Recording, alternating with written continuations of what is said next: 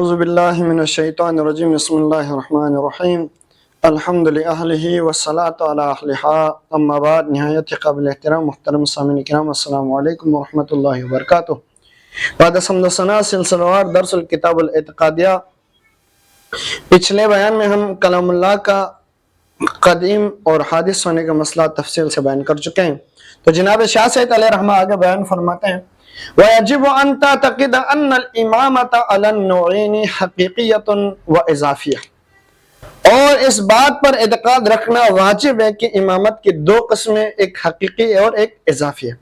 فَالْحَقِيقِيَّةٌ، اور حقیقی ہے کہ الاتصاف بجميع صفات الامامت صوریۃً کانت او معنویۃً، اور امامت حقیقی یہ ہے کہ اس کے اندر تمام اوصاف سروی اور معنوی صفات اس کے اندر موجود ہوں۔ وَشَرَائِطِهَا وَأَرْكَانِهَا، اور اس کے شرائط اور ارکان بھی ہیں۔ اما شرائط الامامت فالذکورۃ والحریۃ والبلوغ والعقل، اور امامت کی شرائط یہ ہیں کہ وہ مرد ہو، آزاد ہو، بالغ ہو اور عاقل ہو۔ چار شرائط جناب شاہ سید علیہ رحمہ نے بیان فرمایا۔ پھر آگے فرماتے ہیں وَأَصْلُ الْإِمَامَةِ الشِّجَاعَةُ وَالْقُرَيشِيَّةُ وَصِفَاتُهَا سُورِيَّةُ سِیادَةُ الْمَنْصُوصَةِ، اور امامت کی اصل اور بنیاد شجاعت ہے، قریشی نسب سے ہونا ہے۔ امامت کی سورہ صفات یہ ہے کہ وہ سیادت منصوصہ، والفاطمیت، اور فاطمی ہونا، وعلم، اور علم والا ہونا، والتقوی، اور پرہیزگار ہونا، والشجاعت والسخاوت، شجاعت والا ہونا اور سخاوت والا ہونا۔ آگے بیان فرماتے ہیں کہ وَأَرْكَانُهَا، اور اس کے ارکان العلم الکامل، لما قال علیہ الصلاۃ والسلام الامام الضعیف ملعون، امامت کے ارکان یہ ہے کہ وہ علم کامل کا مالک ہو۔ لما قال علیہ الصلاۃ والسلام، کیونکہ رسول اللہ صلی اللہ علیہ وسلم نے فرمایا ہے کہ الامام الضعیف ملعون، اور ضعیف اور کمزور امام ملعون ہے، یعنی من یحتاج الی غیرہ فی امور الدین، وہ شخص جو دینی امور میں غیر کا محتاج ہو وہ امام ملعون کہلاتا ہے۔ والسیادۃ الصحیحۃ والمملکۃ الفصیحۃ والولایۃ الصریحہ، آگے بیان فرماتے ہیں صحیح سیادت کا مالک ہونا، وسیع مملکت کا مالک ہو، اور واضح ولایت کا مالک ہونا۔ آگے بیان فرماتے ہیں وَلَمْ تَجْتَمِعْ تِلْكَ الصِّفَاتُ بَعْدَ علی علیہ السلام إِلَى يَوْمِنَا، اور یہ جو تمام اوصاف ہے مولا متقیان کے بعد سے آج تک کسی کے اندر یہ صفات جمع نہیں ہوئے۔ آگے بیان فرماتے ہیں إِلَى يَوْمِنَا هَذَا فِي أَحَدٍ من الأئمة فالإمام الكامل الحقيقي من اتصف بهذه الصفات،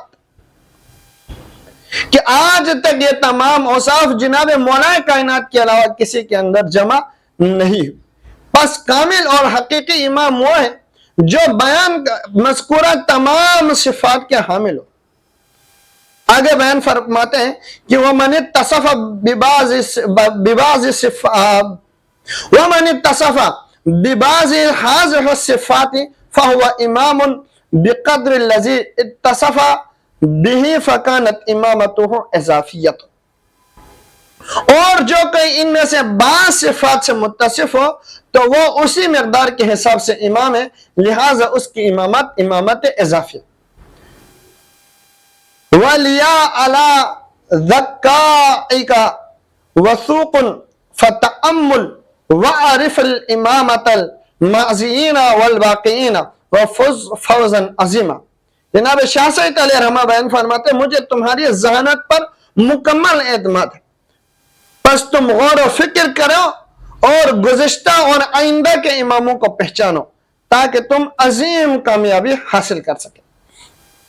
تو محترم سامعین کرام، امامت کا موضوع ایک ایسا موضوع ہے جس کا تعلق صرف سیاست یہ حکومت سے نہیں بلکہ ہدایت اور رہنمائی، دین کی حفاظت اور امت کی بقا سے ہے۔ قرآن المجید میں بار بار امام اور ہدایت کا ذکر کیا ہے، کیونکہ دنیا میں جب بھی انسانوں کو راستہ دکھانے کی ضرورت پڑی، اللہ تبارک و تعالیٰ نے کسی نہ کسی امام، نبی یا ولی یا رہبر کو بھیجا۔ چنانچہ قرآن المجید میں اللہ تبارک و تعالیٰ بیان فرماتے ہیں وَجَعَلْنَهُمْ أَئِمَّةً يَهْدُونَ بِأَمْرِنَا، اور ہم نے انہیں امام بنایا جو ہمارے حکم سے لوگوں کو ہدایت دیتے۔ تو محترم سامعین کرام، یہ آیت سورہ انبیاء آیت نمبر 73، اللہ تبارک و تعالیٰ نے صرف آیہ مبارکہ میں صرف ہدایت کا ذکر نہیں بلکہ بیان فرمایا بِأَمْرِنَا، یعنی وہ اپنے خواہش سے نہیں بلکہ اللہ کے حکم سے لوگوں کی رہنمائی کرتے ہیں۔ یہی امامت کا اصل مفہوم ہے کہ وہ امام وہ ہوتے ہیں جو خود بھی اللہ تعالیٰ کے راستے پر ہو اور دوسروں کو بھی اللہ کے راستے تک پہنچائے۔ محترم سامعین کرام، لغت میں امام اس شخص کو کہتے ہیں جس کے پیچھے چلا جائے، یعنی جس کی اقتداء کی جائے، جو آگے ہو، لوگ اس کی اتباع کریں۔ اسی لیے نماز پڑھانے والے کو بھی امام کہتے ہیں، کیونکہ مقتدی اس کی پیروی کرتے ہیں۔ لیکن شریعت کے اصطلاح میں امامت صرف نماز پڑھانے کا نام نہیں، یہ ایک عظیم منصب ہے جس کے حوالے سے علماء لکھتے ہیں کہ امامت دین اور دنیا میں نبی کریم صلی اللہ علیہ وآلہ وسلم کی نیابت کے طور پر عمومی قیادت کا نام ہے۔ محترم سامعین کرام، گویا امام صرف مسجد کا پیش امام نہیں ہوتا بلکہ امامت امت کا رہبر ہوتا ہے۔ امام شریعت کا محافظ ہوتا ہے، عدل کا قائم کرنے والا ہوتا ہے اور لوگوں کو ہدایت دینے والا ہوتا ہے۔ قرآن المجید میں حضرت ابراہیم کا واقعہ بیان فرمایا ہوا ہے۔ جب انہوں نے امتحانات میں کامیابی حاصل کی تو اللہ تبارک و تعالیٰ نے بیان فرمایا انی جاعلک للناس اماما، کہ ابراہیم میں تمہیں لوگوں کے لیے امام بنانا چاہتا ہوں۔ آگے تو حضرت ابراہیم پہلے سے نبی تھے، خلیل تھے، لیکن اس کے باوجود اللہ تعالیٰ نے انہیں امامت کا منصب عطا فرمایا۔ اس سے معلوم ہوا کہ امامت ایک عظیم اور بلند منصب ہے۔ پھر جناب ابراہیم نے عرض کی وَمِنْ ذُرِّيَّتِي، پروردگار میری اولاد میں سے بھی ہو۔ جواب اللہ تبارک و تعالیٰ نے بیان فرمایا کہ لا ینال عہد الظالمین، تو ابراہیم میرا عہد وعدہ جو ہے وہ ظالموں تک نہیں پہنچتا۔ یعنی حقیقی امامت ظالم، گناہ، جہالت اور نااہلی کے ساتھ جمع نہیں ہو سکتی۔ امام وہ ہوگا جو عدل، تقوی، علم اور ہدایت والا۔ تو محترم سامعین کرام، انسانی زندگی میں ہمیشہ کسی رہبر کی ضرورت رہی ہے۔ ایک گھر ہو تو اس کا سربراہ ہوتا ہے، ایک قافلہ ہو تو اس کا امیر ہوتا ہے، ایک فوج ہو تو اس کا سپہ سالار ہوتا ہے۔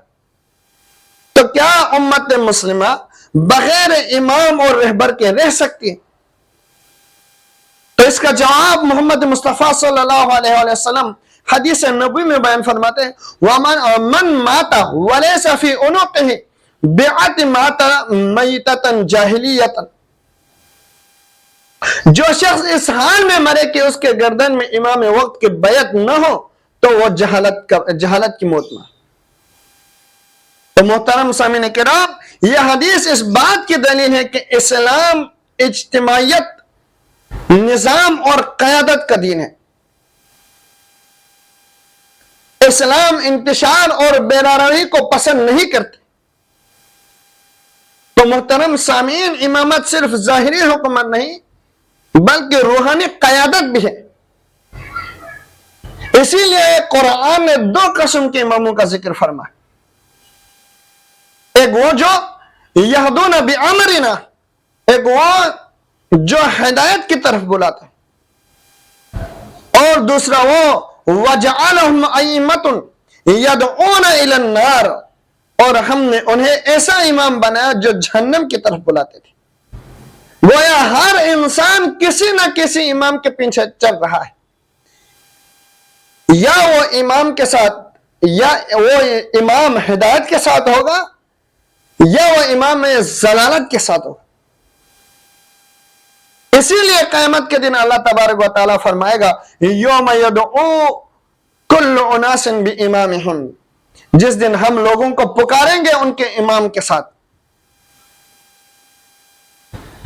اگر انسان کا امام دنیا میں صحیح ہوگا تو آخرت میں بھی کامیابی ملے گی، اور اگر رہبر غلط ہوگا تو انجام بھی خطرناک ہوگا. تو محترم سامعین، حقیقی امام وہ ہے جس میں علم ہو، تقوی ہو، عدل ہو، شجاعت ہو، سخاوت ہو، اور سب سے بڑھ کر اللہ اور اس کے رسول کی کامل اطاعت کرنے والا ہو. یہی وجہ کہ رسول اللہ صلی اللہ علیہ وآلہ وسلم نے مولائے متقیان سے متعلق بیان فرمایا کہ انا مدینۃ العلم وعلی بابھا، میں علم کا شہر ہوں اور علی اس کا دروازہ. اور خیبر کے موقع پر فرمایا کہ لا اعطین الرعایۃ غدا رجلا یحب اللہ ورسولہ یحب اللہ ورسولہ ویحبہ اللہ ورسولہ، کہ میں کل جنبہ ایسے شخص کو دوں گا جو اللہ اور اس کے رسول سے محبت کرتا ہے، اور اللہ اور اس کے رسول اس سے محبت کرتا ہے. تو محترم سامعین کرام، یہ صفت امامت ہے کہ وہ صرف عالم نہ ہو بلکہ بعمل، بہادر، متقی اور اللہ والا بھی ہو. مختصراً امامت پر گفتگو کرنے کے بعد امام کے اوپر محترم سامعین کرام کچھ فرائض بھی ہے جس کے حوالے سے قرآن بیان فرماتے ہیں کہ امام وہ ہوتے ہیں جس کے کندھوں پر دین کی حفاظت، امت کی رہنمائی، عدل کا قیام، شریعت کے نفاذ کی ذمہ داری ہوتی ہے. جیسے کہ قرآن المجید میں اللہ تبارک و تعالیٰ نے ائمہ ہدا کی صفات بیان فرماتے ہوئے ارشاد فرمایا کہ وَجَعَلْنَهُمْ أَئِمَّةٌ يَهْدُونَ بِأَمْرِنَا، اور ہم نے انہیں امام بنایا جو ہمارے حکم سے ہدایت دیتے ہیں. تو اس آیت سے معلوم ہوا کہ امام کا پہلا فرض لوگوں کو ہدایت دینا ہے. امام صرف حکومت کرنے والا نہیں بلکہ انسانوں کو اللہ کے راستے پر چلانے والا ہوتا ہے. وہ لوگوں کے عقائد درست کرنے والا ہوتا ہے، انہیں حلال اور حرام بتانے والا ہوتا ہے، انہیں گمراہی سے بچانے والا ہوتا ہے. اسی لیے رسول اللہ صلی اللہ علیہ وآلہ وسلم نے بیان فرمایا کہ کلکم راع وکلکم مسئول عن رعیتہ، تم میں سے ہر شخص نگہبان ہے اور ہر ایک سے اس کے رعایت کے بارے میں سوال کیا جائے گا. جب ایک عام انسان اپنی ذمہ داری کے بارے میں جواب دے تو امام جو پوری امت کا نگہبان ہے اس کے ذمہ کتنے عظیم ذمہ داری ہوگی. تو محترم سامعین کرام، امام کا دوسرا بڑا فرض جو ہے وہ دین کی حفاظت ہے. جب فتنے اٹھے، باطل نظریات پھیلے، لوگ شریعت سے دور ہونے لگے تو امام کا کام ہے کہ وہ اسلام کا حفاظت کرے.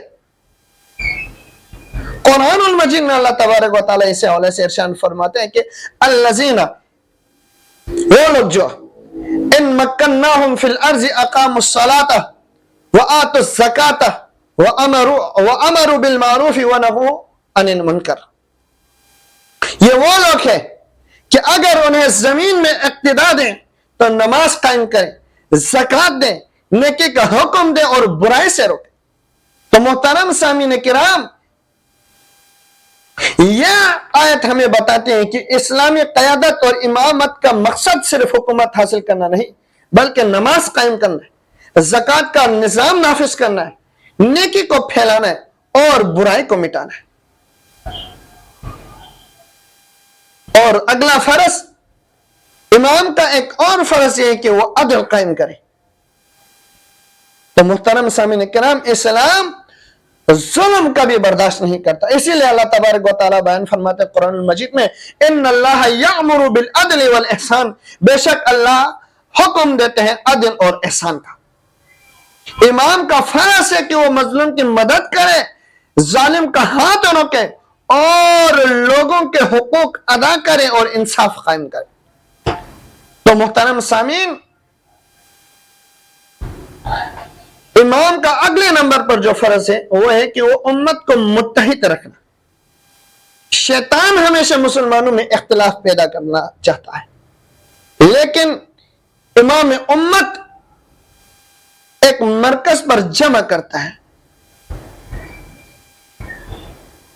جس کے حوالے سے رسول اللہ صلی اللہ علیہ وسلم نے حدیث بیان فرمائی، ترمذی کی حدیث ہے، ید اللہ مع الجماعہ، اللہ کا ہاتھ جماعت کے ساتھ ہے۔ اسی لیے اسلام انتشار اور بغاوت کو پسند نہیں کرتا، بلکہ نظام و اتحاد کو قائم رکھتا ہے۔ اور اگلے نمبر پر امام کے اوپر جو فرض ہے وہ یہ ہے کہ وہ تعلیمات علم کو عام کرے، قرآن اور حدیث سیکھنا، عقائد کا اصلاح، قرآن اور حدیث کا سکھانا، عقائد کی اصلاح کرنا، جہالت کو ختم کرنا اور علماء کی سرپرستی کرنا امام کی ذمہ داری ہے۔ جیسے کہ رسول اللہ صلی اللہ علیہ وسلم نے بیان فرمایا، العلماء ورثۃ الانبیاء، علماء انبیاء کا وارث ہے۔ امام چونکہ نبی کریم صلی اللہ علیہ وسلم کا نائب ہوتا ہے، اسی لیے اس پر لازم ہے کہ علم دین کی حفاظت کرے۔ اسی طرح امام کا فرض حدود شریعت کو نافذ کرنا ہے، امن قائم کرنا ہے، دشمن اسلام سے مسلمانوں کو اور حدود اسلام کی حفاظت کرنا ہے، کمزوروں کے حقوق کی نگرانی کرنا بھی ہے۔ اسی لیے امام غزالی بیان فرماتے ہیں کہ دین اور سلطنت جڑواں بھائی ہے، دین بنیاد ہے، حکومت اس کی محافظ ہے۔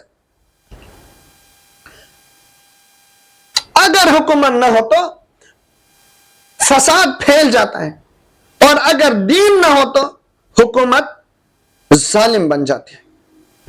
تو محترم سامعین کرام، حقیقی امام وہی ہے جو خود متقی ہو، علم والا ہو، عادل ہو، امت کا خیر خواہ ہو، دنیا نہیں بلکہ دین کی خدمت کرے،